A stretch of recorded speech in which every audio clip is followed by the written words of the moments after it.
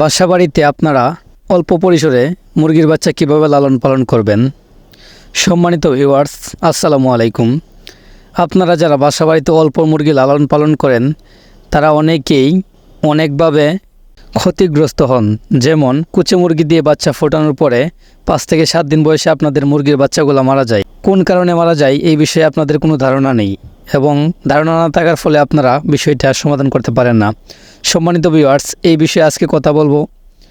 আশা করি সম্পূর্ণ ভিডিওটি মনোযোগ দিয়ে দেখবেন। তো প্রিয় ভিউয়ার্স, আপনারা যারা বাসাবাড়িতে অল্প আকারে মুরগি লালন পালন করবেন এবং ছোটো মুরগির বাচ্চা লালন পালন করবেন, তারা সবসময় চেষ্টা করবেন আপনাদের মুরগির বাচ্চাগুলোকে যদি মা মুরগির সাথে লালন পালন করেন তাহলে অন্ততপক্ষে 10 দিন ছোট অবস্থায় তাদেরকে একটি জায়গায় আটকে রাখার জন্য এবং মাটি থেকে আলাদা রাখার জন্য আপনাদের মুরগির বাচ্চাগুলোকে প্রথম 10 দিন আপনারা একটি ছালার বস্তার উপরে একটি জায়গায় আটকে রাখবেন, মাটিতে রাখবেন না, তাহলে তারা ঠান্ডায় আক্রান্ত হতে পারে। এবং আপনারা যেহেতু অল্প পরিসরে পালন করবেন তাই আপনারা তো আর ব্রোডিং সিস্টেম করতে পারবেন না করার ফলে আপনারা যে প্রাথমিক যে ব্যবস্থাগুলো নিতে পারেন, যেমন আপনারা আপনাদের মুরগির বাচ্চাগুলোকে 3 দিনের একটি ডোজ করিয়ে দিতে পারেন কসমিক্স প্লাস দিয়ে। আপনারা যদি কসমিক্স প্লাস একটানা 3 দিনের একটি ডোজ করিয়ে দেন 1 লিটারে 1 গ্রাম করে, তাহলে ইনশাআল্লাহ আপনাদের মুরগির বাচ্চাগুলা সুস্থ থাকবে সবসময়।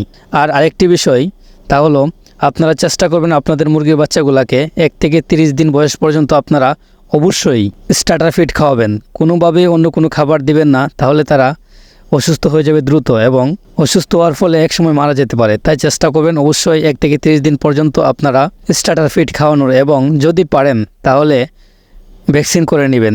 সঠিক নিয়মে ভ্যাকসিন করলে আপনারা সবসময় নিরাপদ থাকতে পারবেন এবং চিন্তামুক্ত থাকতে পারবেন। Subscribe.